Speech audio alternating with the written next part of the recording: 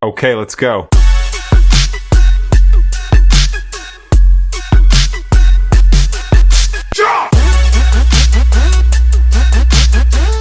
Fala pessoal, sejam muito bem-vindos a mais um episódio do Consultório de Investimentos. Aqui onde você aprende tudo de investimentos com profissionais que atuam no mercado financeiro, que fazem acontecer e trazem à prática a história deles. A gente sabe, quando a gente traz pessoas fortes do mercado financeiro, Gui Carter está aqui comigo. Bem-vindo, Gui. Tudo bem, obrigado mais uma vez. Hoje vai ter MBA ao vivo novamente. Vai ter MBA ao vivo, porque eu vi que ele passou por Bradesco, XP, BTG. E foi empreender. E foi empreender. Porra. Então ele passou por tudo aqui. Hoje o Felipe Helvas, que ele é sócio fundador da MMZR Family Office. Felipe, seja muito bem-vindo. Obrigado por ter aceitado o convite. E bora falar aqui de mercado para a galera da sua carreira. Pessoal. Obrigado aí pela oportunidade. Para mim é uma honra se a gente puder contar um pouco da história, contar um pouco da minha história. Talvez ali impactar algumas pessoas no mercado financeiro. Vamos bater um papo aí que vai ser ótimo. Maravilha. Então, para começar, Felipão, você sempre quis trabalhar no mercado financeiro? Caiu de paraquedas? Cara, sim. A resposta é sim. Quando eu trabalhei logo de adolescente, assim, eu cheguei a trabalhar numa empresa do meu tio de viagem. Meu tio tinha uma empresa de viagem de formatura que é bem famosa aqui em São Paulo e fazia viagem de monitor. Foi legal porque eu acabei viajando alguns lugares do mundo ali, foi importante ali para mim em termos de experiência. Mas ali, quando eu já comecei a fazer administração, eu falei pro meu pai, putz, eu quero trabalhar em banco, quero começar de alguma forma. E aí, a primeira chance que eu tive de fazer um estágio no Bradesco, eu agarrei, assim. Então, Caramba. Eu tinha 19 anos, eu entrei no Bradesco já. Aí eu falei, putz, eu vou trabalhar com esse negócio a vida inteira, então é melhor eu começar cedo. O que te fascinou para trabalhar em banco? Você viu um filme? Você via alguém de terno? O que fez você querer ir para o mercado financeiro? Isso é interessante, né? Para mim era mais simples do que parece. Eu gostava muito de matemática. Então, eu achava que trabalhar com os números era importante, era algo que eu deveria usar isso a favor. Eu gostava muito da tese quando conversava com alguém, de ver aquelas pessoas, você ouve os banqueiros antigos e tudo mais, que era office boy, começou a estagiar em algum lugar. O Bradesco tinha muito isso. O Bradesco tinha muito isso, exato. Era essa história, desde o seu Brandão lá, O Aguiar. Bradesco até tem a escola deles, né? Eu estudei na Fundação Bradesco. Da Fundação Bradesco, perfeito. Lá Então, em Osasco. E era legal de ver, né? Até o meu primeiro estágio foi lá, em Osasco, né? Na Cidade de Deus. Então, era longe para mim, mas era, era legal de ver, né? Tinham muitas pessoas com 40, 50 anos ali, carreira, tendo ali esse ponto. Falei, putz, aqui no mínimo eu vou ter a chance de crescer. Existe uma meritocracia nesse mercado maior do que talvez outros mercados. E aí foi o que eu fui buscar. Então, foi menos o terno. No Bradesco, inclusive, tinha que usar terno e gravata todo dia, naquela época. Sim. Mudou, né? Imagino que tenha mudado. Sem barba.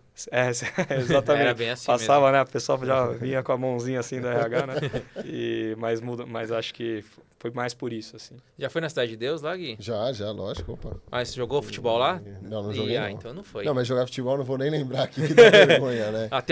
Lá tem uma pista de atletismo, o bicho pegava no futebol, né? Não, tinha um campo de futebol, assim, legal. O campeonato tinha algumas séries, né? Eu lembro que no departamento que eu tava, era a série prata, mas tinha lá a série ouro, a gente subia de divisão, era... O bicho pega, departamento com o seu time lá. Faltou isso aí na minha carreira, eu acho.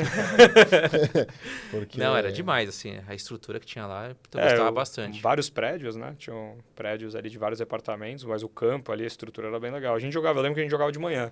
Chegava cedinho, né? 6 da manhã ali, tinha um futebol que ia até às 8, aí você tomava banho e ia trabalhar. Nossa, animal. Tem acho que até hoje, né? Faz tempo que eu não vou, mas deve ter lá. Vamos lá, então. Toda a estrutura. Vamos na Cidade de Deus lá? Vamos lá. Tem a Leopoldina também agora, tem Alphaville. Leopoldina, Alphaville. Aqui na Paulista ainda tem. Mas o raiz é a Cidade de Deus. Cidade de Deus que é o raiz, o raiz ali. né? Raizão, Osascão ali. Bom demais. Felipão, qual setor que você trabalhava lá? Qual departamento que você foi? Legal. Eu comecei no departamento de ações e custódia, que era o DAC, né? Eu comecei trabalhando primeiro numa parte de renda fixa ali, então trabalhava estagiário, né? Então, você fazia ali liquidação de ativos, conversava com administradores, precificação de ativos, falava com a Abram, que era a gestora. Isso foi qual ano? Isso foi 2010. 2010. E aí foi legal para mim, porque pela primeira vez eu consegui entender um pouco dos participantes do mercado, né? Então, você tinha tinha a estrutura do próprio banco, ok, mas tinha uma gestora. Então eu já sabia quem era a Ibiúna, já sabia que era uma Gávea, já sabia que era uma 20. Então você começava a entender que tinha a figura do gestor, que era quem fazia as operações. Você tinha um administrador e qual era o dever fiduciário ali. Eu tinha muita interação com a área de precificação. Então essa era uma parte ali que era bem relevante. E, obviamente, a renda fixa era uma demanda muito grande ali de operações. Então tinham pessoas de 30 anos, 35 anos de experiência. Meu chefe era assim... Meu chefe era aquela pessoa que ele não gostava nem de usar o Excel. Ele usava a calculadora na mão lá e se virava, mas era um cara bom de conta e tudo mais. Então foi bom, aprendi a precificar vários ativos. E aí eu comecei a atender um banco lá. Eu fui de estagiário no meu primeiro ano, fui analista. Aí eu virei analista, trabalhei mais... Ali quase no meu terceiro... Eu estava no meu terceiro ano ali e eu comecei a ter muita interação com as instituições. Então, acho que um pouco também pela demanda. Putz, eu era um cara assim... gostava muito de trabalhar. Então, eu saía à tarde e tudo mais. E aí, comecei a ter muita demanda das pessoas de fora. E aí, o BTG era um banco ali que usava muito o Bradesco na época. E aí, em determinado momento, eles falaram, pô, cara, vai abrir uma vaga aqui para trabalhar na parte de renda fixa. Pô, você não tem interesse? É uma parte que fica plugada quase na mesa de juros do banco. E, pô, nessa época, eu já comecei a ver que, dentre as figuras do mercado, eu queria ser um tomador de decisão em algum momento. Então, eu queria já pensar em tomar decisão, mas eu não tinha experiência nenhuma. E eu achava... Quantos anos você estava ali no Bradesco? Eu estava com 22. 22. E aí eu falei, putz, aqui tem alguma coisa para eu fazer. Só que na época, eu ainda não entendia muito bem a figura dos tomadores de decisão e eu achava que o cara que mais tomava a decisão era o trader. Então eu falava, putz, eu quero ser o trader. Depois eu fui descobrir que o trader ele é mais execução, né? Mas aí eu falei, pô, acho que é isso que eu quero fazer. E aí eu fui para o BTG. Isso foi em 2013. Eu entrei no começo de 2013. Comecei na parte de renda fixa. E basicamente o que eu fazia, eu comecei na parte de renda fixa, fazia a liquidação de ativos e tudo mais, então ainda era o back-office. Depois eu fui para uma parte, basicamente figurar como um ponta de mesa, da mesa de juros do banco. Vai ficar na Faria Lima. Na Faria Lima já. Você ficava naquele tanque lá? Ficava. Ué, ele é animal, hein? Ali o pessoal para ver se sente um estranho, né? O pessoal ficou olhando assim. O primeiro dia que eu cheguei lá, eu falei, pô, aqui é meio... É o aquário, né? Aquáriozão. Olha lá de cima, né? Mas, porra. Prédio do... Tipo, devia ser um sonho trabalhar lá, né? Eu vejo muito... Todo mundo falava naquela época era o prédio do Google, né? Depois Depois virou o prédio do BTG, né? mas era legal, cara. Assim, foi migrar para Faria Lima e chegar mais no coração do mercado financeiro foi uma dinâmica muito diferente. Às vezes você acha que você está por dentro do mercado financeiro, você chega lá e descobre que você não sabe nada, né? E foi mais ou menos o que aconteceu comigo. Ao mesmo tempo, acho que talvez o movimento mais interessante que eu tenha feito ali naquele momento, eu tinha acabado de ler uma revista do André Esteves. Esteves, na época, eu acho que era 2012 que ele fez a entrevista, e foi pós-IPO, né? Ele contou toda a história do banco, o que eles queriam fazer e tudo mais, a cabeça ali que eles tinham. E eu falei, putz, cara, eu quero trabalhar num lugar desse, porque aí ele falou muito de meritocracia, de visão horizontal. Ele era um cara que trabalhava com TI, né? E de repente virou CEO do banco. Eu falei, pô, aqui é um negócio menos hierárquico, mais visão mais horizontal, acho que eu vou ter até uma forma maior. E aí, quando eu comecei as entrevistas lá, eu falei, putz, é isso.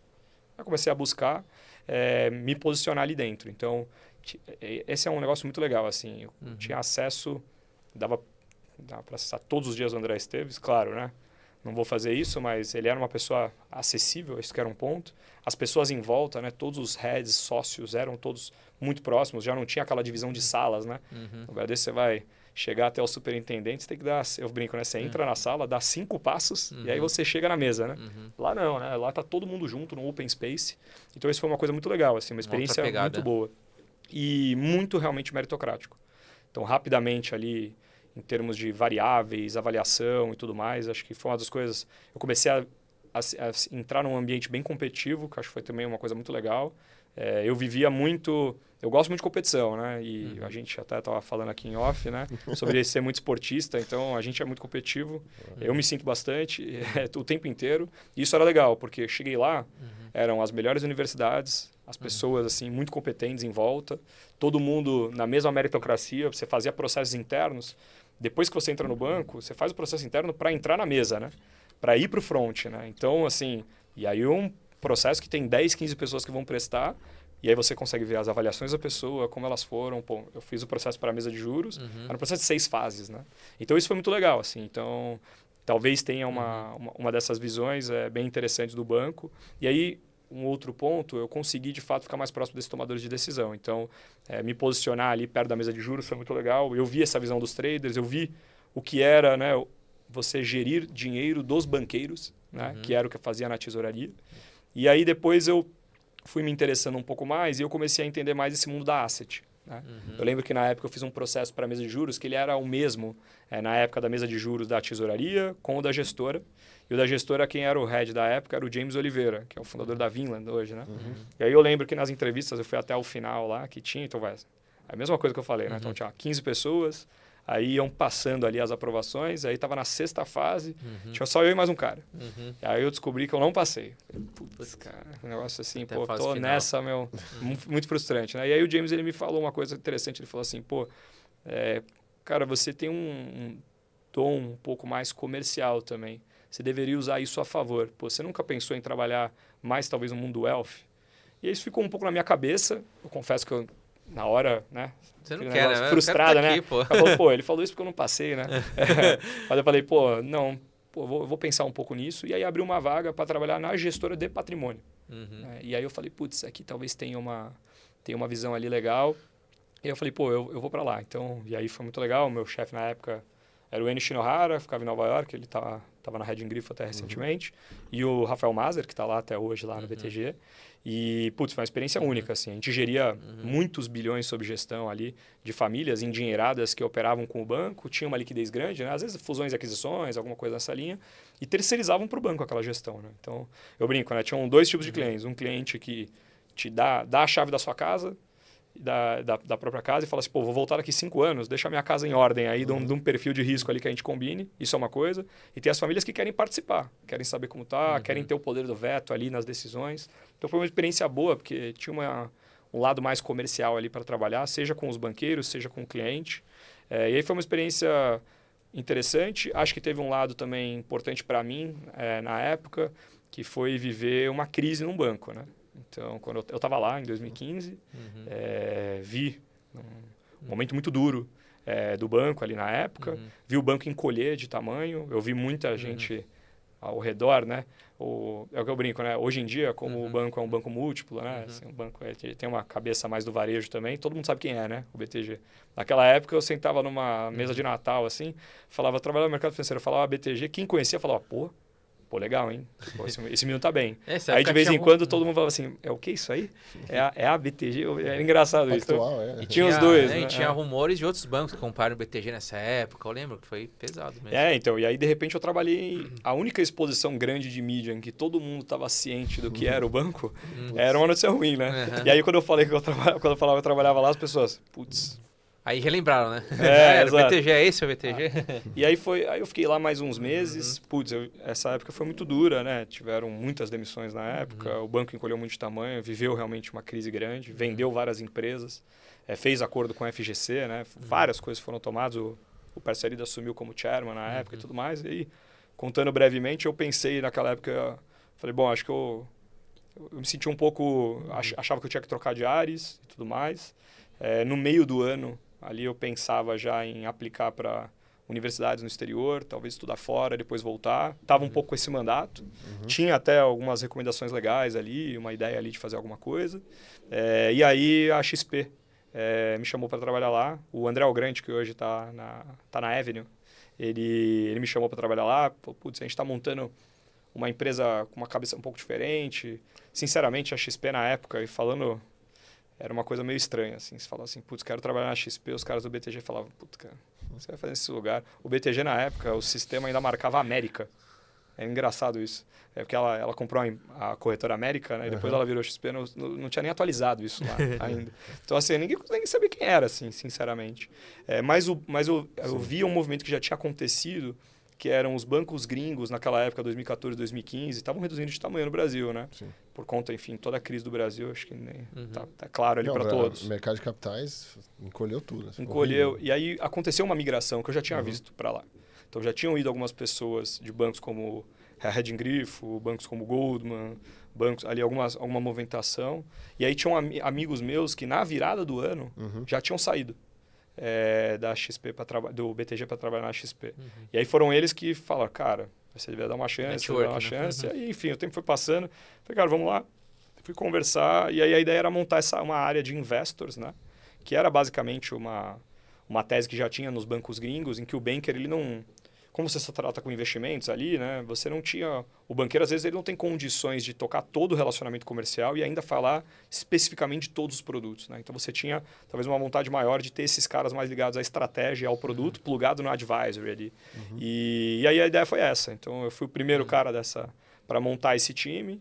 Quando a gente foi ver, eu tinha um time lá de 15, 18 pessoas, o negócio foi crescendo. Teve uma parte internacional, uma parte local. Então, foi uma experiência muito legal. E aí é legal, né? Porque além de talvez uma visão também horizontal, como tinha o banco, independente do momento do banco em relação ao início, ao momento que eu entrei até a hora que eu saí, tem o lado da XP, que era um lado, na minha visão, mais empreendedor ainda. Então, você ter uma ideia, você querer construir e ele te dá todo o espaço ali. Cara, você quer criar um negócio aqui? Cara, constrói aqui. Pode ser pequeno ainda, tal. Daqui a pouco a gente vê se a gente vai fazer com todo mundo, mas monta isso. Se você der essa ideia e achar legal, faz aí. Então, foi uma experiência muito boa nisso. Assim, você não só ser mais ouvido, eu achava que eu era bem ouvido já no banco, mas se sentir ainda mais e poder influenciar. Isso foi em 2017, mais ou menos? Isso foi em 2016, meio 16. E aí foi isso. Então, fui montando essa área lá. Pô, a gente viu... Tem uma foto até engraçada nossa, né? Aí já falando da nossa empresa, né? O Pedro e o Daniel, que fundaram comigo a empresa, a gente está numa foto que é uma comemoração de 50 bi de custódia. A gente saiu de lá, eu acho que a empresa tinha 800, né? Então, foi um negócio realmente ali, a gente viveu um momento muito exponencial. A gente viramos heads de áreas e tudo mais, respondia para um top 5 do banco, da corretora na época. Tinha o lado ali dela querer virar banco, o Itaú comprar a participação. Verdade. Ela discutia um IPO ou não, né? Então, foi muito legal ver tudo isso acontecer. E aí, para nós foi muito legal. Assim, a empresa cresceu, vou chutar aqui que ela deve ter triplicado, quadruplicado de tamanho. Foi gigante o movimento. Até que a nossa escola nasce disso. Que eu saí em 2019 do banco, mas esse movimento de 2016 a 2019 machucou muito os bancos, de clientes e profissionais. E os bancos não estavam preparados para isso. Eu pensei, isso aqui os bancos vão contra-atacar, os bancos vão criar área de investimentos, vão ampliar a área de investimentos. Não tinha ION, não tinha AAA, não tinha quase nada. Departamento de investimento eram 100 pessoas, eles vão contra-atacar, porque não é justo uma briga de um assessor de investimentos que sabe de investimentos com um gerente de alta renda que não sabia falar nada de investimentos. Então, eles iam ampliar essa área. E aí, em 2019, eu abro a escola para formar esse especialista. Legal. Então, esse crescimento da XP possibilitou eu abrir a escola focado em formar profissionais para o banco para combater, no caso, a XP. Mas, no final das contas, era bom para o cliente. Porque eu formei muita gente para a XP também, nessa brincadeira. Imagina. Então, esse movimento foi muito importante para o mercado de capitais, para o especialista de investimento. Eu sempre falo o pessoal que trabalha em banco, agradece por ter tido a XP. Porque o especialista de investimentos lá atrás tinha que vender fundo de 4% de ADM, tinha que vender CDB pagando 80%, 85% de CDI, porque não tinha concorrente. Então, agradece hoje a valorização que tem um especialista por conta da XP. E é engraçado hoje falar sobre isso, né? Mas eu lembro que naquela época era um processo de convencimento do time comercial, né, da XP, de tentar falar por que a XP não ia quebrar, né? Quando o cliente mandasse dinheiro para lá, né? Então, tinha todo um conceito de explicar, né? Que a custódia dos ativos é muito diferente, né, do risco final, né, daquele ativo que você compra. E aí começou toda uma discussão de abertura de plataforma, que acho que você acabou de citar, que foi realmente trazer ali os concorrentes. Então, de repente, a gente começou a ver... Não tinha... Eu estava lá na época que abriu a Capitalo e a SPX, os multimercados talvez principais ali do mercado na época, para o varejo. Eram gigantes. E aí, de repente, os bancos falaram, não, então vamos abrir também. Aí os bancos só faziam emissões do próprio banco, colocaram outros emissores. Então, foi realmente muito legal de ver. Foi uma coisa diferente também para mim de trabalhar com uma visão mais de escala em algum momento, porque a XP ela era muito invertida do banco, né? O banco, o BTG, ele basicamente lidava com clientes private. Então, não tinha muito mistério disso. Ele não tinha o digital, né? Quando eu estava lá. E a XP era o contrário, né? Ela tinha um private super novo e a base dela, da pirâmide, era enorme de clientes, né? E abrindo conta, assim, sem parar todos os dias, todo mundo interessado. Tem um dado interessante... depois, obviamente, vale confirmar esses dados com calma, mas eu lembro que alguma coisa nessa linha, em 2016, o cliente ele abria a conta, mas ele só mandava entre 1/4 e 1/3 do dinheiro dele. que ele tinha de aplicações financeiras. Imagino que sim. Porque ele tinha medo, né, da empresa quebrar, tinha medo de várias coisas. E era o banco se proteger assim, o gerente se proteger assim. Você tem certeza? Era assim que se protegia. E aí teve o outro lado, né? A hora que o Itaú, né, confirmou a compra, os 49 na época, né? Foi um tiro no pé. Podemos discutir se foi a melhor estratégia ou não, mas sem dúvida nenhuma, naquela hora, e aí foi muito claro aquilo, o share of wallet mudou muito. Então o cliente naturalmente colocou 2/3, 3/4 ali do dinheiro agora dele. É outro risco, né? É isso, ele falou, vou deixar minha liquidez no banco e, já entendi que aqui é mais sofisticado, vou colocar aqui. Aí, obviamente, os bancos depois trabalharam para mudar isso. Validou o negócio. Mas essa foi uma visão bem diferente, assim. E teve um outro tema também que eu acho que é legal de citar, que é essa relação dos canais, né? Lá, nas instituições que eu trabalhava, você só se preocupava com o seu próprio canal, né? O B2C, né? E aí, de repente, você montou um elo de escritórios, de empreendedores, montando o seu próprio negócio mais plugado, sendo prepostos da empresa. Então, é uma coisa bem diferente. Eu falei assim, caramba, cara, esse negócio realmente não conhecia nada em relação a isso. E aí, fui entender um pouco da Schwab, né, lá dentro, né, que era o grande, talvez, ali, modelo que foi baseado, né, toda a história. E aí eu falei, caramba, esse negócio é bem interessante, isso aqui vai para algum lado, né. E aí entra um pouco do final da nossa história lá, né. A gente olhava, talvez, ali uma vontade de empreender grande, vendo esses escritórios e a forma como fazia, mas a gente achava que fazia mais sentido a gente apostar não naquela versão do assessor de investimentos de um escritório de agente autônomo. A gente achava que faria mais sentido apostar em coisas, primeiro que a gente tinha mais DNA, e aí o meu sócio, né, o Pedro, que é um dos heads das áreas comerciais, ele na XP na época, ele trabalhava num single family office antes. O Daniel sempre trabalhou também, que é o Daniel Machado, que é o outro sócio. Ele sempre trabalhou também com, talvez, ali clientes um pouco mais sofisticados. A gente fala, esse nível de sofisticação aqui de cliente, que seria um cliente de mais de 10 milhões de reais até 50 milhões de reais, ele é um cara que ele sofre já dentro das instituições, porque ele não é ultra high, na teoria, e ao mesmo tempo, talvez ali os assessores, né, no geral, em uma instituição só, eles não conseguem dar um atendimento ali suficiente do que ele precisa. A gente falou, aqui tem um nicho aqui para a gente trabalhar. E aí a gente, olhando o que aconteceu exatamente se movendo da XP, que a gente estava discutindo, falou, olha, essa independência, o cliente já entendeu que é melhor ele estar em um lugar mais independente. O escritório, ele não é o 100% independente, mas o cara é empreendedor, né? Naturalmente, ele está mais que in the game, sem dúvida nenhuma, do que o cara do banco. Então, a gente fala, se a gente conseguir montar um modelo de um multifamily office que consiga atender com independência do cliente, só remunerar, só ele nos remunera, e a gente devolve, aí é um outro ponto, né? Devolver todas as comissões, tentar tornar ainda mais transparente o modelo, cara, dá para surfar uma onda diferente aqui. Então, a gente atacou muito isso. Vamos dizer assim, essa falta de atendimento para um cliente que, como ele não é ultra high, ele acha que ele é mal atendido, porque ele tem bastante dinheiro, isso é um fato, mas talvez ali para o modelo do banco não se encaixe tanto, né? Ele é mais pelo volume, né? Sim. E aí a gente começou a atacar um pouco isso. Então a gente montou um tripé ali na nossa relação, na ideia ali de relação que a gente queria ter com o cliente, mais voltada para isso. Então entender tudo que foi feito até ali e achar que tinha mais um modelo para vir, que é o modelo que a gente aposta ainda, que a gente acha que ele está só no início, que é o modelo de mais casas independentes fazendo gestão de patrimônio mesmo. Gestoras fazendo esse trabalho, que é o que a gente faz hoje. Né? E Felipe, como é que foi essa transição aí, né? Lógico que você estava na XP, aí você migra para empreender dentro do escritório, e depois você vai migrar para esse modelo novo, que é um modelo aí de multifamily office, de gestora, né? Como é que foi isso para você? Como é que vocês se adaptaram? Como é que foi a aceitação dos clientes? Enfim, foi fácil? Aí o ponto número 1, né? Foi fácil. A gente... Não foi fácil. Sem dúvida. Mas... Puta retórica. Mas um negócio interessante é quando a gente resolveu sair e montar o modelo, uma das coisas que a gente acordou com a XP, até para a gente ter uma boa relação com ela, porque se a gente fazer um trabalho de gestora de patrimônio, tinha que ter ela como parceira também, né? E aí não dava para virar e falar, tchau, vou levar aqui os clientes e vou sair. Claro, eu não ia aceitar isso nunca. Tinha um no compete ali, claro.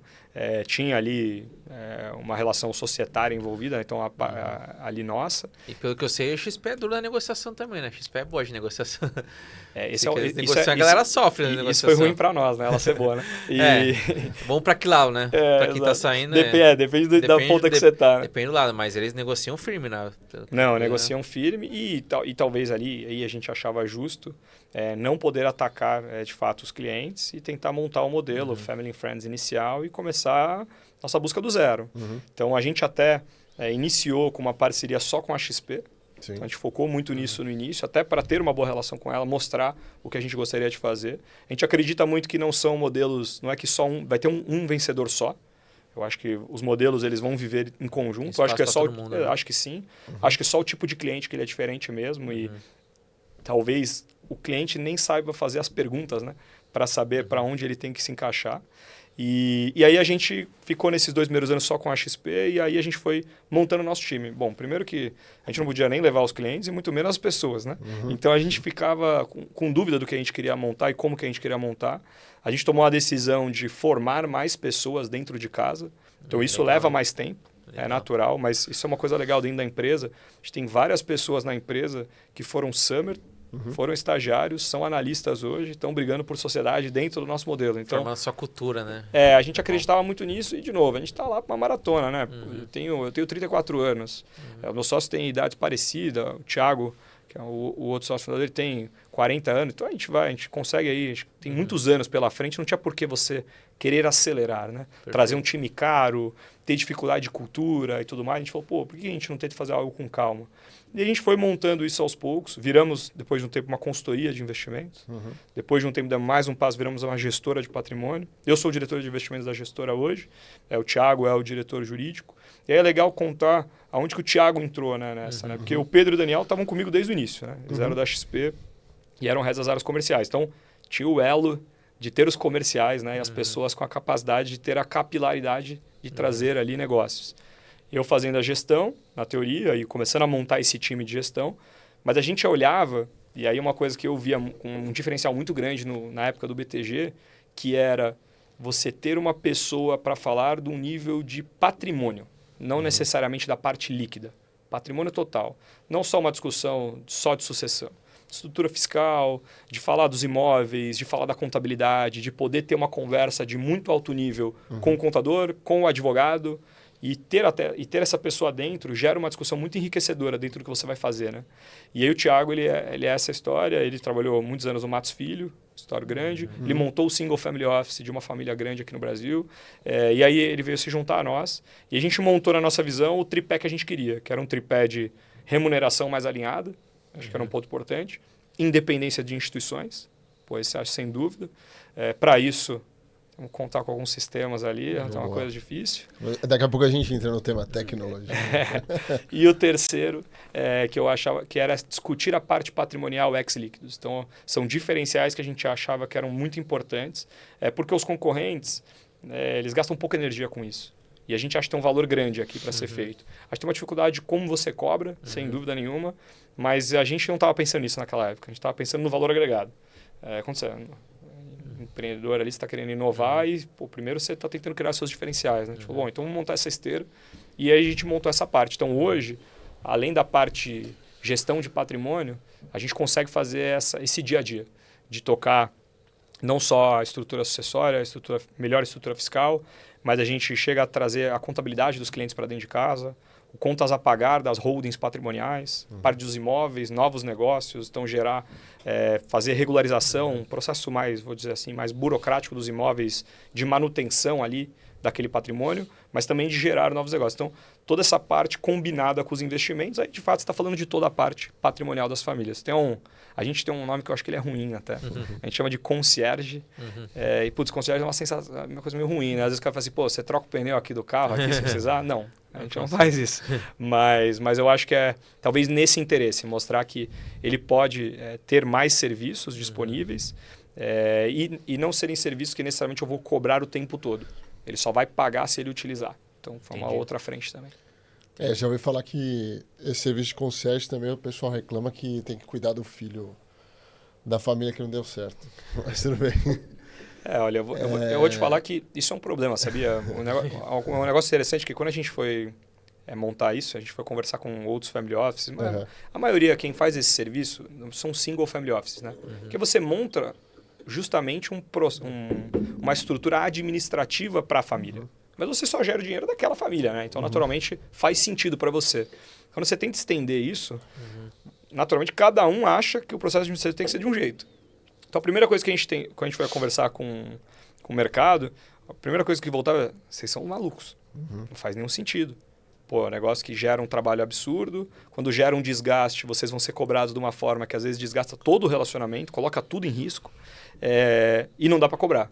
E a gente falou assim, putz, mas será que é isso? Será que a gente não deveria fazer o contrário? Então, ao invés de eu falar que a gente faz tudo, eu cheguei a participar de reuniões que o cliente falou, não, mas eles tocam a minha festa de aniversário. Falei, não, então eu falei, realmente isso a gente não faz. Mas tem o outro lado, que é de falar, olha, eu vou falar o que a gente faz. Então, o que a gente já faz? A gente faz contabilidade, faz o IR das famílias. E aí a gente começou com isso, abrindo os serviços aos poucos. E não deixando que ele nos contasse qual era a dor principal, né? Senão eu falo, né, você cria um monstro. É algo que você não vai conseguir absorver, né? Faz tudo. Mas acho que é isso. E aí, puxando um pouco a sardinha para o meu lado aqui, tecnológico, porque dizem as más línguas que hoje em dia, sempre foi assim, né? Você precisa de um financista, precisa ser bem sucedido, né? Um financista, um advogado e um médico. E hoje em dia você precisa de um cara de tecnologia, né? Querendo ou não, senão você não vai para frente. E aí, dentro da operação de vocês, eu queria entender, lógico, quando vocês saíram daquela versão, né? Vamos dizer assim, da parte de... por produto, né? Distribuição por produto, que é mais a linha do agente autônomo, assim, mais para o multifamily office, para uma gestora, onde vocês têm ali uma certa, vamos dizer assim, né? Vende-se como independência, mas vamos colocar assim, né? Porque você não ganha por produto, você está olhando patrimônio e está fazendo todo esse seu trabalho que você talvez não faria ali no agente autônomo. Como que a plataforma da Smart Brain ajudou vocês nesse começo da operação, né? Qual que foi o diferencial perante seus clientes, né? Ajuda lá a ganhar cliente? Como é que é, Felipe? Olha, isso é interessante porque a gente foi conhecendo as plataformas e entendendo, e eu acho que uma das coisas bem importantes das plataformas é tentar vender algo que ainda não está lá, né?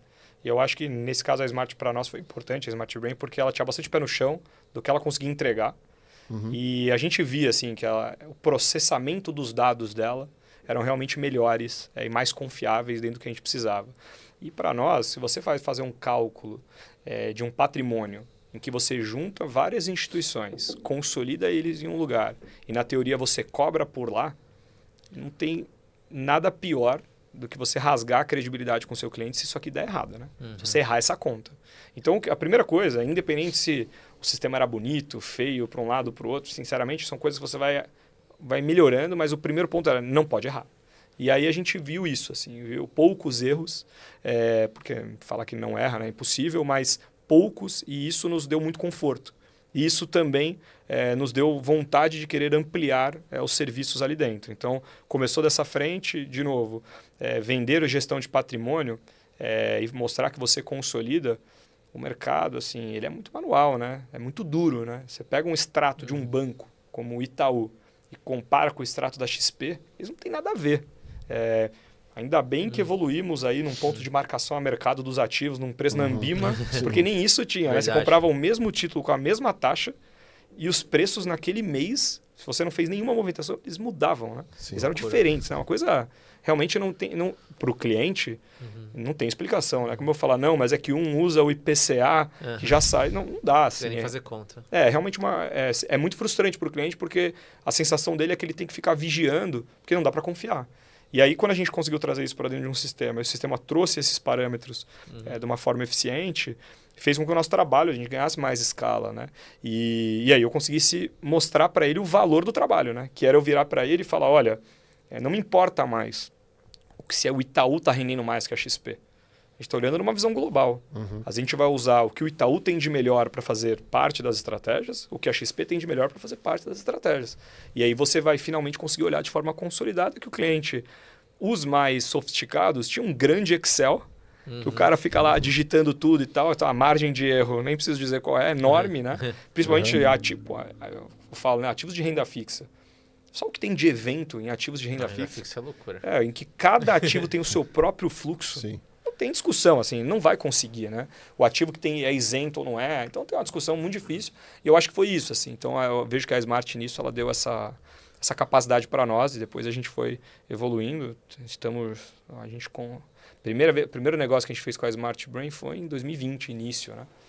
E é o sistema oficial da operação, né? Então, consigo te falar como um cliente que eu ainda estou lá, né? Então tá tudo bem. Maravilha. E em relação agora à operação dentro da MMZR, nos produtos que vocês distribuem, né? Eu vejo lá, vocês têm algumas estratégias de alocação, né? E, obviamente, acho que você tem um pouco dessa experiência da escolha dos fundos, etc. e tal. Então, eu queria que você comentasse um pouco sobre as estratégias de retorno absoluto do ciclo olímpico, também tem aquela questão do esporte, na parte de Global Equities e dos alternativos. O Global Equities parece que está dando show aqui. Olha aqui na tela, Lucão, para a gente ver. O Global Equities está dando show, né? Pô, investir em bolsa fora do país parece que é o caminho. É a moeda ou é o investimento ou são os dois? Os dois. Mas é legal de contar porque, bom, primeira coisa, né? A gente acha que um grande problema quando você monta uma casa que é uma gestora de patrimônio é você tentar trazer o cliente para os produtos próprios e trazer ele e tentar provar para ele, que aí sendo com a maior humildade do mundo, que nós temos um fundo de ações, por exemplo, mas que a gente consegue fazer uma gestão melhor do que a Dynamo, que está nessa desde 97, fazendo um trabalho espetacular que o histórico está lá. Isso a gente achou que a gente nunca ia fazer. Então, o que a gente tem de produtos da casa? São produtos com viés de alocação, que é o que a gente acha que a gente sabe fazer melhor. Então, a gente acha que o cliente não consegue selecionar melhor os gestores sozinho, né? Do que a equipe que a gente tem da forma como a gente faz. Então, eu até comentei uma vez num outro programa, que eu até contei a história do nosso score, né? A gente tem um scorecard qualitativo da forma como a gente olha. Vou citar o retorno absoluto que você comentou. Ele é um exemplo legal. Então, eles são os fundos multimercados. Inclusive a indústria que está sendo dizimada, né, nos últimos meses. Era mais fácil falar sobre isso antes. Mas eu acho que é legal de citar, porque para nós o que muda é o processo. Em 2020 a gente fez o primeiro scorecard dele, que eram 40 quesitos que passavam desde a estrutura de partnership da casa, a forma como o produto cobrava, então o custo dele, a forma como era o desempenho dele em relação aos pares e tudo mais, então qualitativo e quantitativo, a gente dava um peso para isso e isso cuspia num score. E qual que era o interesse de montar um scorecard, né? E aí eu falando do primeiro, lá em 2020. A ideia era tirar o viés. Porque quando você falava de multimercado, tinha uma discussão naquela época que era, você tem lá o Verde, a SPX e a Adam, e eles são do mesmo nível. Se você olhar hoje, tem uma diferença muito grande e clara entre eles, mas naquela época não tinha. E se você fosse só pelo nome, só pela proximidade, uma coisa que você leu na mídia e tudo mais, provavelmente você fica colocando sempre nos mesmos nomes e você não traz todo mundo para a mesma base. Então, por exemplo, como que é o alinhamento daqueles gestores? O cara tem que colocar dinheiro naquele fundo? Como que é o processo de partnership? É muito concentrado em uma pessoa só ou não? E aí você tem que lidar como se fosse uma empresa, né? Porque os gestores é um grupo de pessoas que são extremamente qualificadas. E se eles têm um projeto, um modelo de negócio que seja ruim, em algum momento aquela corda vai estourar e você, como um investidor, vai estar investindo num fundo com um histórico maravilhoso, mas que na prática o filme e a foto são muito diferentes. Então a gente montou essa ideia de tirar o viés da alocação e o produto, né, o allocation, o retorno absoluto, ele faz isso. Ele faz a seleção dos 10 principais gestores multimercados da indústria, divididos na parte macro, a parte que a gente chama de descorrelacionado, que seriam os fundos quant, sistemáticos e tudo mais, os long shorts e os total return, que seriam os fundos que podem ficar um pouco mais comprados em bolsa, né? Um pouco mais long biased, que a gente fala, mas com uma pegada mais macro, né? E aí a gente montou esse ponto. Hoje o scorecard, cara, ele é um dash quantitativo, assim, tem 60 quesitos e tem 80 quesitos na parte quali. Ele é um produto, ele é um scorecard assim, muito robusto. É até interessante isso, né? Porque o produto está indo pior agora do que ele estava em 2020. Sim. Mas se você me perguntar do processo, nossa capacidade, chance de errar hoje, ela é muito menor. Assim. Então é interessante ver isso. E aí outro ponto, né? O que a gente via muito é que o investidor ele aloca num produto e ele fica muito tempo. Ou ele entra no produto errado, entra e sai rápido, aí ele terceiriza para a gestão de patrimônio, e aí isso facilita bastante já da gente tomar aquela decisão para ele, mas o principal é a gente conseguir ver o sinal amarelo mais claro, né? Antes dele ser, de fato, um sinal vermelho, né? De um resgate que já assim, é urgente, né? Então, no sinal amarelo, a gente já conseguir fazer um movimento e não ser algo que o cliente seja prejudicado. E a gente montou isso. Nos multimercados, a gente montou por quê? Bom, primeiro que a gente achava que a indústria é gigante. Então, para o cliente fazer um investimento em 10 fundos multimercados, 12 fundos multimercados, não é um negócio tão interessante. Às vezes não é nem eficiente, porque você vai aplicar e resgatar, você vai ficar pagando imposto, entrando e saindo. Dentro da casca do FOF, você consegue fazer isso de uma forma mais eficiente. E a verdade também é que nas plataformas, a maioria desses produtos, eles abrem e fecham. E no mercado institucional, a gente consegue espaços nos gestores que estão fechados. Então, por exemplo, a gente alocou recentemente numa gestora grande chamada Capstone, que é um pessoal da SPX que saiu, e não abriu para o mercado.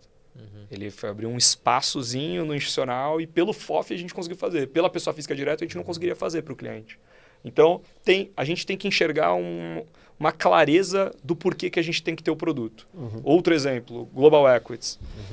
O Global Equities é, infelizmente, pela falta de oferta que tem no Brasil para acessar produtos no exterior. Se o cliente não tiver uma conta no exterior, ele vai ter uma dificuldade enorme para acessar os produtos. Você tem ali, dependendo da plataforma, posso contar numa mão, talvez, ali quantos gestores de ações globais existem. E não é uma verdade quando você vai para o mundo lá fora. Então a gente montou um feeder, né, um veículo no Brasil, que compra direto os gestores lá fora. Mas o cliente não precisa ter uma conta lá fora. Ele consegue ter uma conta do Brasil, ele investe no feeder aqui e ele acessa produtos que ele não vai encontrar na plataforma. E aí, enfim, eu vou dar alguns exemplos, mas, por exemplo, tem o mercado de small caps nos Estados Unidos. Pelo que eu me lembro, tem um fundo aberto no BTG. E só. E lá fora, acho que não dá para... Não consigo nem trazer um número aqui de tão enorme que deve ser. Então, de novo, para nós, o FOF ele é uma capacidade de fazer alocação de uma forma mais eficiente. A gente não disputa com o mercado, é só uma inteligência de como você seleciona. E o produto tem que ser claramente... Eu tenho que ter uma dor. Então, eu não consigo encontrar uma forma de replicar a estratégia que eu quero fazer 100% sem aquele produto. Então, é mais ou menos por aí. Muito bom. Bom, olhando para a parte macro, o que você está vendo em relação a juros, a bolsa? Você acha que o Bovespa está um momento de entrar? Como você está olhando para o mercado hoje como um todo? Legal. Panorama ali. Eu posso passar um pouco do que eu acho e também passar um pouco da nossa forma de montar ali os portfólios. Que eu falo muito, o primeiro ponto, né? A gente faz gestão de patrimônio lá. Então, é preservação de capital e perpetuidade do dinheiro. As nossas famílias já são endinheiradas, né? O que elas querem ganhar juros reais ao longo da vida, né? Então ganhos acima da inflação, claro, para que esse dinheiro perpetue, e ela não quer que a gente tenha grandes exposições, né? Que a gente consiga ter um pensamento de preservação de capital. Então, isso para nós é bem importante. Foi um ano, primeiro semestre, né? Podemos falar que para o Brasil terrível. Um mercado em que os títulos públicos rodam negativo na marcação a mercado, né?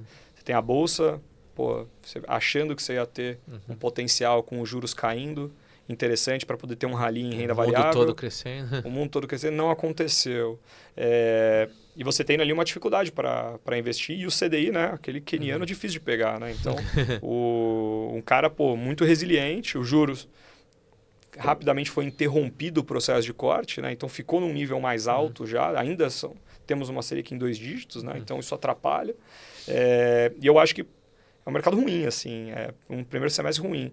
Quando a gente olha para preço, sinceramente, a gente já acha que já é uma precificação que aguenta muito desaforo, sinceramente. Assim. Se você olhar títulos públicos pagando acima de IPCA mais 6, em determinado momento estava pagando 6,5, isso chama muita atenção. Assim, né? O nosso cliente ele não vai precisar ter, se ele não precisar de liquidez, você também não vai precisar ter grandes esforços para ter um bom retorno. Né? Só você ter a paciência de receber aquele dinheiro ali no longo prazo. A gente gosta de bolsa, a gente tem uma exposição de bolsa, a gente aumentou a exposição de bolsa em outubro do ano passado, vivemos um bom rally, novembro e dezembro, depois um ambiente terrível, mas a gente acha ainda os preços baratos, então a gente olha a qualidade dos ativos versus o que está muito amassado, então a gente acha que tem um potencial interessante, mas eu acho que talvez ali a frustração das pessoas seja muito por errar o tamanho da posição, né? Então, é o que eu falo, né? É um abismo, né? Você vai do CDB de liquidez diária para uma ação, né? De uma empresa altamente alavancada, né? Com risco alto, né? E você fica nesses dois pontos, né? Você tem um abismo, né? De opções entre. E eu acho que você precisa fazer talvez ali uma composição um pouco mais aceitável. Para numa hora ruim, você tenha estômago até para pensar em aumentar as posições de risco nessas horas. E para a hora boa, você conseguir se controlar de forma o suficiente para surfar um bom rally, mas saber que tem uma correção em breve que pode acontecer e você vai continuar vivo nessa luta. Né? Então, eu acho que esse é um ponto ali super importante. Acho que as pessoas elas dão pouco valor para isso. Eu vejo muita gente hoje falando assim, não, eu tenho 0 de bolsa. Isso deveria ser um grande erro. Né? Assumir isso mostra realmente que você não tem perfil para ter, né, o ativo. Porque se você zerou, e muita gente zerou, né, em abril, em maio, né? Foi na hora que ela bateu as mínimas, né? Exato. Então, eu acho que esse é um ponto interessante. Eu vejo de uma forma um pouco diferente o estrutural, assim. Eu acho que o estrutural de Brasil, a gente tem que tomar cuidado para também fazer um terrorismo, às vezes, para o mercado, né? Acho que as coisas são muito longe de serem aquele ano de 2014, 2015. A gente já cresce, a gente cresce de uma forma consistente. Nosso desemprego é baixo, a nossa inflação, dado o cenário, ela é uma inflação controlada para um país emergente. Acho que o Brasil tem um problema sério de indexação da economia dele, então é difícil você imaginar o juro caindo tanto. Mas também eu falo, né, assim, é o que você exige do país, né, para se posicionar. A gente gosta de um método um pouco diferente ali do normal. A gente gosta de assumir que o Brasil ele é um nota 5. Assim, quando ele começa a tirar 2 e 3, ele vai tirar um 7 e 8 para passar. Ele vai passar ali na média dele, mas a gente também não pode ficar se iludindo de achar que a gente vai tirar 8 todas as vezes, 7 todas as vezes e ser um desenvolvido, entendeu? Mas é um país emergente por algum motivo, né? Então, tem que tomar cuidado com esses dois pontos, assim, viver as extremidades, né? E acho que o mercado ajusta hoje em dia. As coisas elas acontecem de uma forma que o mercado se ajusta fácil, mas eu gosto de comparar, comparando de novo ali aquela época com essa. Governos, né? O Congresso é muito mais independente do que o Congresso era naquela época. Assim, as coisas, o Executivo não tem o Congresso na mão, o Legislativo, né? Para poder aprovar as coisas e evoluir. A gente começou um governo falando o Banco Central não é mais independente, não vai mais ter a privatização da Eletrobras, vai voltar, e nada aconteceu, né? Então, assim, eu acho que é um pouco mas a Petrobras vai continuar sendo super eficiente. Acho que não também. Então, é demais. Você fazer esses balanços aí, eu acho que é relevante. Tá. Não, mas acho que tudo que você falou, inclusive, acho que o pessoal pode conferir no site da MMZR, que tem os relatórios aqui de cada um dos fundos, né? E pelo que a gente viu também, pelo que você falou, esse ano o Global Equities, que é o fundo ali que falando de economia brasileira, tem duas coisas, né? O depreciação do câmbio, que eu acho que eu não sei quantas moedas você tem, se é só dólar ou tem Global Equities, tem European Equities lá também. E deu 20%, né? Mais de 20% esse ano, né? Contra os outros que estão ali, mas estão acima dos índices, né? Então, assim, olhando o ciclo, que acho que é a renda variável aqui, Brasil, a renda variável Brasil, perfeito. A bolsa está caindo quase 10, né? 8, se eu não me engano, ele está ali positivo ainda, que é um alfa interessante, né? Mas vou falar uma curiosidade aqui, Felipe. M é de Multifamily Office, e o que é o MZR? O que é isso, né? O MZR é de Machado, Daniel Machado, Zerbini, de Pedro Zerbini. Beleza. E Helvas, que sou eu, Felipe Helvas. É isso. Como é que vocês chegaram nesse nome aí? Vamos lá. Cara, isso é uma falta de criatividade absurda, né? A verdade é essa, né? O M do Multifamily Office, a gente achou que ele encaixava de uma forma bonita, porque como o Thiago Mata entrou também nessa hora, a gente falou, tem uma trick aqui, né? Então não é o multi só, né? Exato. Tem uma Desculpa. Não, imagina. Mas a ideia era essa mesmo, de um Multifamily Office, e ficar um pouco na dúvida ali. Mas foi falta de criatividade, sem dúvida nenhuma. Todos os nomes que a gente queria, quando a gente pesquisava, já tinha alguém. Falava, muito difícil, cara. E aí ficar inventando. O escritório, todo mundo pegaram todos os nomes, né? Eu brinco, né? Pegar ali latim, tudo virou investimento. Qualquer coisa que você pegar, todo mundo já tinha. Investimentos, capital, foi tudo. E o Unibanco? O banco foi fácil, né? Porque não tinha nada de Unibanco. Então... Como que originou o nome? Porque depois eu falo o nosso. Não, o banco a gente testou, olhou vários nomes, e a Frank falou, Unibanco. Foi a Fran que teve o nome, Tá minha bom. esposa. Ah, é? Esposa e sócia falou, eu me banco. Entendi. Ela que teve a E ideia. se bancar, a pessoa tá saindo do banco para se bancar, a pessoa tem que tomar conta da sua carreira, a pessoa ela estuda mais, busca mais conhecimento para poder escolher, que foi o que você fez. Você sempre escolheu onde você queria trabalhar, Bradesco, XP, BTG, e chega num ponto que você fica tão grande que nem o banco te paga mais, não consegue te pagar mais, você empreende. Então, você se bancou. Então, quanto mais você estuda, mais busca conhecimento, você se banca. Então, Legal. além disso, do eu me banco. Boa. Estuda para se bancar. Ah, eu queria ter essa criatividade, por exemplo. Foi criativo. E o Smart Brain? Não, a gente fica fazendo cálculo difícil, né? Como o Felipe colocou, então a gente se intitula que somos inteligentes, né? Então é mais ou menos isso, vai. Tem um ponto legal do site que acho que vale a pena citar. A gente tem nas publicações, e aí, enfim, se as pessoas quiserem acompanhar depois no futuro, a gente tem uma carta mensal que ela é bem robusta ali. Isso, essa carta. Ela é uma carta muito mais longa que a média do que o mercado faz. Ela tem quase 20 páginas na média. Mas ela fala... de junho. A de junho. E aí ela fala exatamente ali com maiores... É embaixo, clica no de baixo. Aí embaixo, ali ler mais, ali leia mais. Aí. E aí ela tenta... Pode descer. Ela conta um pouco da carta, a visão de estrategista, então ela tenta dar um resumo ali para um cliente que quer bater o olho rápido. E aí para o cliente, e aí fala o nosso posicionamento. Então o que a gente está achando de cada classe de ativo, qual foi o desempenho das carteiras no geral. Aí a ideia é falar na média os portfólios, né? Quanto eles renderam na média. E aí a gente, depois disso, a gente aprofunda em falar cada classe. Então às vezes o cliente quer falar, putz, mas eu queria entender mais de renda variável. Aí tem lá um resumo de renda variável. Então é legal que às vezes tem... Aí eu falo, né? O início é para cliente, depois é para o mercado. Porque depois aí já começa ali mais específico, fazer umas análises mais difíceis.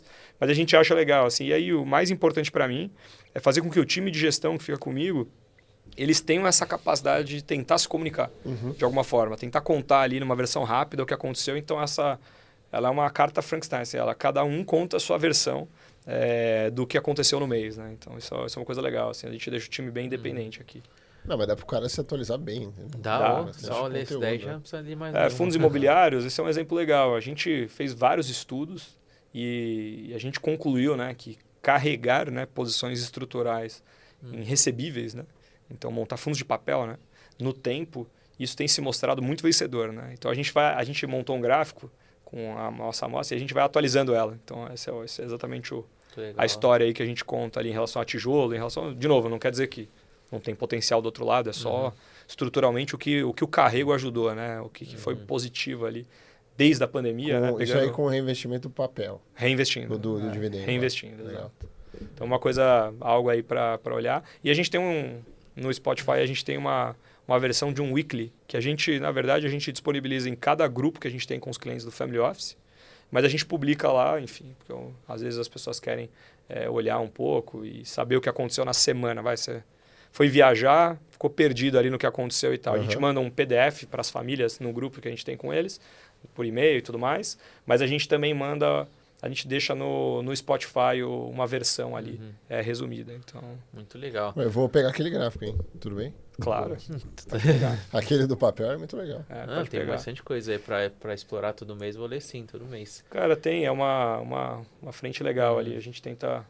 Tem livros também, Fábio, Tem livros? Tem dicas de livros? A gente publica um livro por mês. Então a gente obriga o time, né? Obriga, né? A gente pega. A gente fala pro time, né? Da leitura. Muito interessante ler, né? E aí a gente coloca a gente faz todo mundo montar uma resenha, né?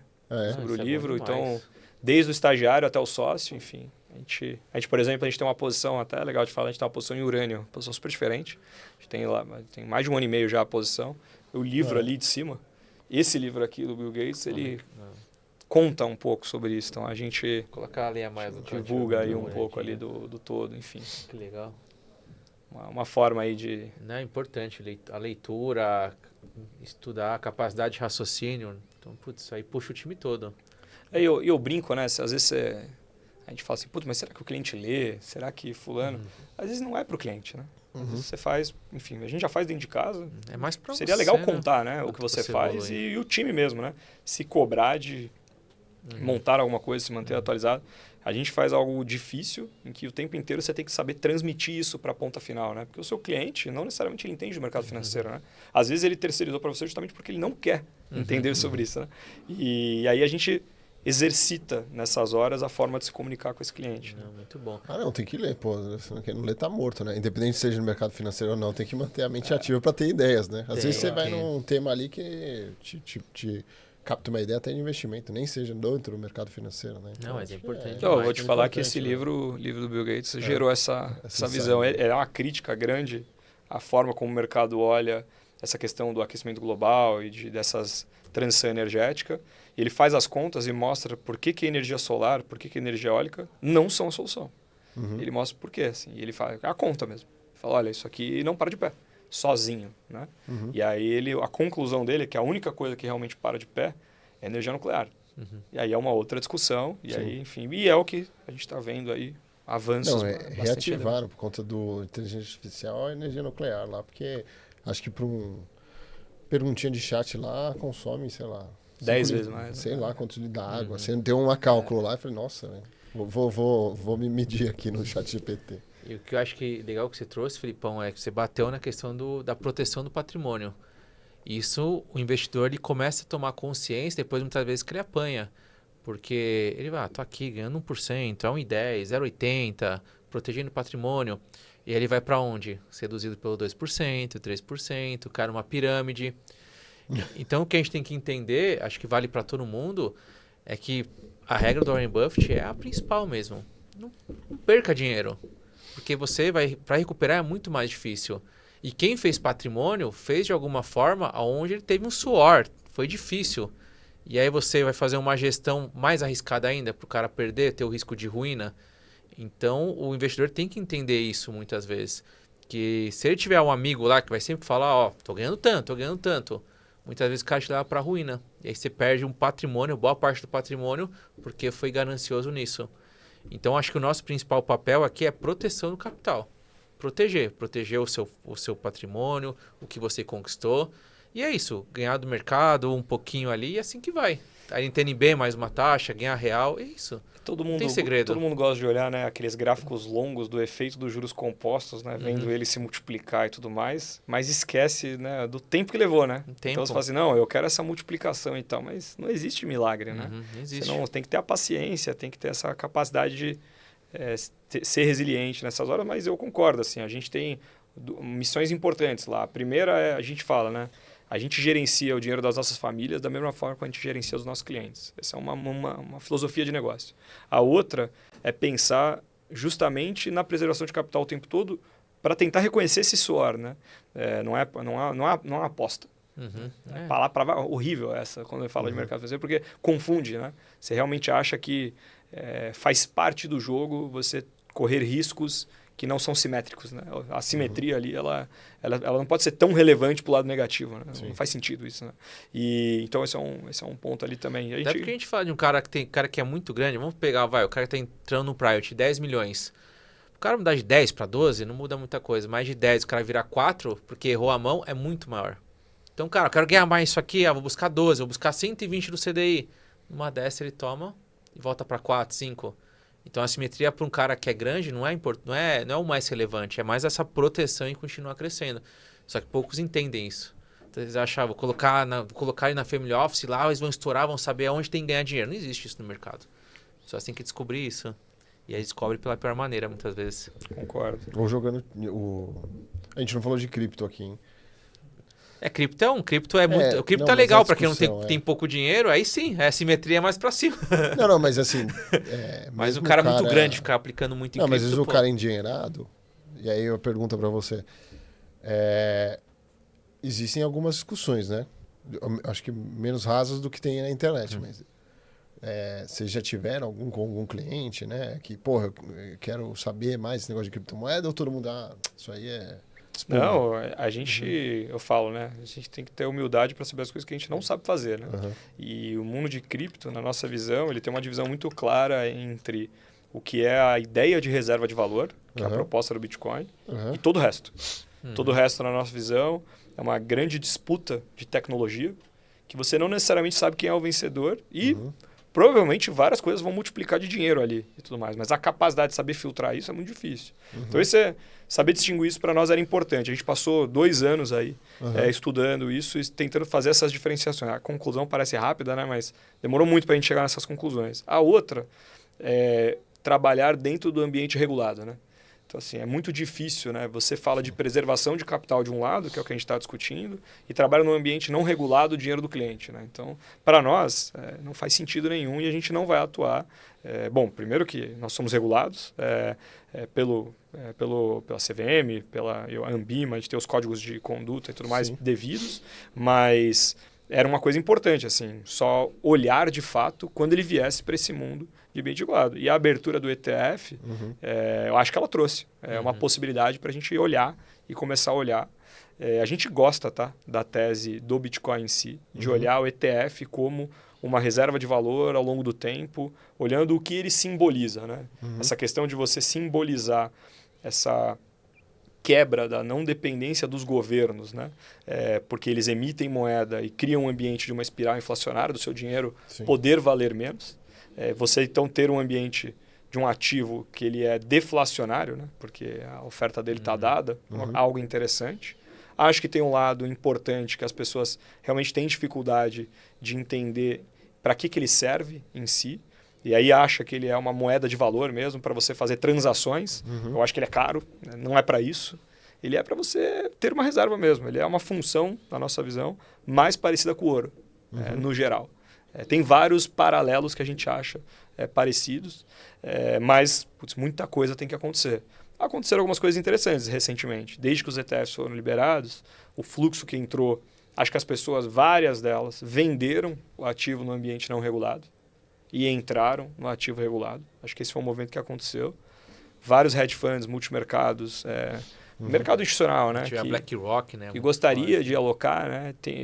Começaram a alocar. A gente começou a ver, isso é um ponto interessante também, nas pequenas mudanças. Então, fundos de endowment, fundos de grandes fundações globais, né? Fundos soberanos, começarem a mudar o regulamento para começar a permitir alocar. Então, acho que é algo que vai acontecer. Mas qual que é a volatilidade? A volatilidade atual, falha a memória, é próxima de 70 ao ano. Então, a gente está falando que ele é um ativo que ele tem um risco 3 vezes o Ibovespa atual. Então, assim, quanto de tamanho que você monta uma posição dessa? Então, de novo, são coisas tem que modular muito bem, né? O que a gente vê, as pessoas querem ficar ricas, né? Aí coloca 100% lá. Exato, né? E aí coloca, aí fundo... O que aconteceu, né? O ativo valeu, caiu 50%, 60%, e aí você não vai ter estômago talvez para aguentar, né? Então, e aí não vai querer ficar. E agora voltou, aí você volta a alocar. Então, acho que tem uma dificuldade disso. Mas é um tema que a gente gasta muita energia. Legal.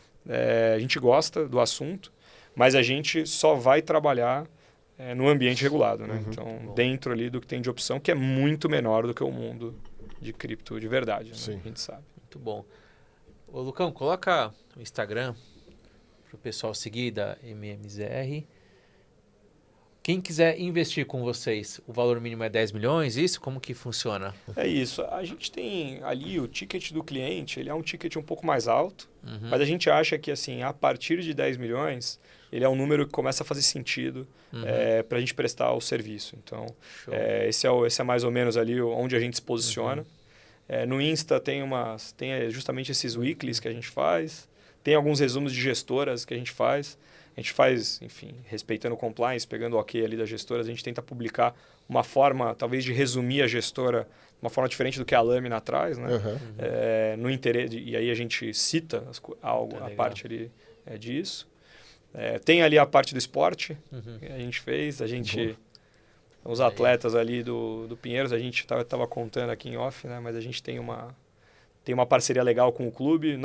Eu falo, né? O time lá, muito competitivo também, gosta do esporte. E a gente tem ali, faz uma ajuda ali o esporte olímpico, a gente gosta bastante desse assunto. E a gente, pelo Pinheiros, a gente resolveu patrocinar a natação, né, do clube. Legal, nossa. Então a gente tem um carinho ali especial ali pelo clube, gosta muito do que eles fazem. Eu falei, né, eu fiquei surpreso quando eu vi a falta de investimento mesmo para um clube tão de ponta, né, para o esporte e tudo mais. E a gente viu ali poder fazer uma diferença na vida das pessoas, de repente criar ali os novos atletas. Legal. A ideia é para o ciclo de mais 4 anos, né? Não é para esse, não é para o ciclo de agora. Sim. Não. Muito bom. Bom demais, né, Gui? Bom demais, mano. Maravilha. Excelente trabalho, né, Felipe? Muito legal aí. Parabéns. Obrigado por aceitar o convite aí. Obrigado. Pode foi um crer que a prazer. gente Quando vai que dar iniciou a MMZR? Oficialmente 19, a gente começou ali na Iguatemi 192 ali nessa época, mas a gestora mesmo e a visão do Family Office é só 21. Ah, mas Trabalho escalaram longo rápido, aí. hein? Legal.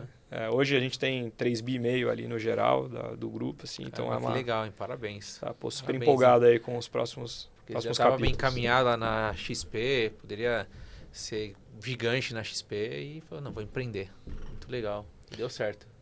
Pô, já vi que Muito você seguiu a gente ali, então legal. Já, vamos lá. E pode crer que a gente, daqui 6 e poucos meses, a gente vai chamar, né? Porque tem atualização das rentabilidades das cartas, então a gente vai querer não, saber como é que tá andando aí. Aqui, casa bom. aberta para vocês. Bom contar, espero até Tome que o cenário banco. esteja melhor aqui no local. A gente contar espera, coisa boa, né? todos esperamos. E te convido para dar uma aula aqui para os nossos alunos, para contar sua trajetória. Então, eles inspiram nessas Pô. histórias. Quem tem casca de mercado mesmo, que é o seu caso. Pô, estou super à disposição, gente. Para mim é um prazer ali, se eu puder contribuir de alguma forma. A gente tem... segue os passos aí de que muitas pessoas podem seguir, né? Não tem nenhum mistério aqui, não tem nenhuma fórmula mágica e tal. Foi trabalhar duro, acreditar, troca de instituições, querer mais do que necessariamente só fazer por fazer. E acho que é um dia após o outro, assim. A gente sabe onde a gente quer chegar, mas a gente sabe também que a gente é uma gota no oceano ainda. Então, Não, ter tem essa muito humildade ainda também é pra escalar. importante. E tem muito para escalar ainda. Opa, Né? Obrigado, Felipão. Obrigado, Gui. Tamo junto. valeu mais uma vez. Valeu. Fabião. Valeu, Lucão. Valeu demais, muito bom. Pessoal, tamo junto. Até o próximo episódio. Tchau, tchau.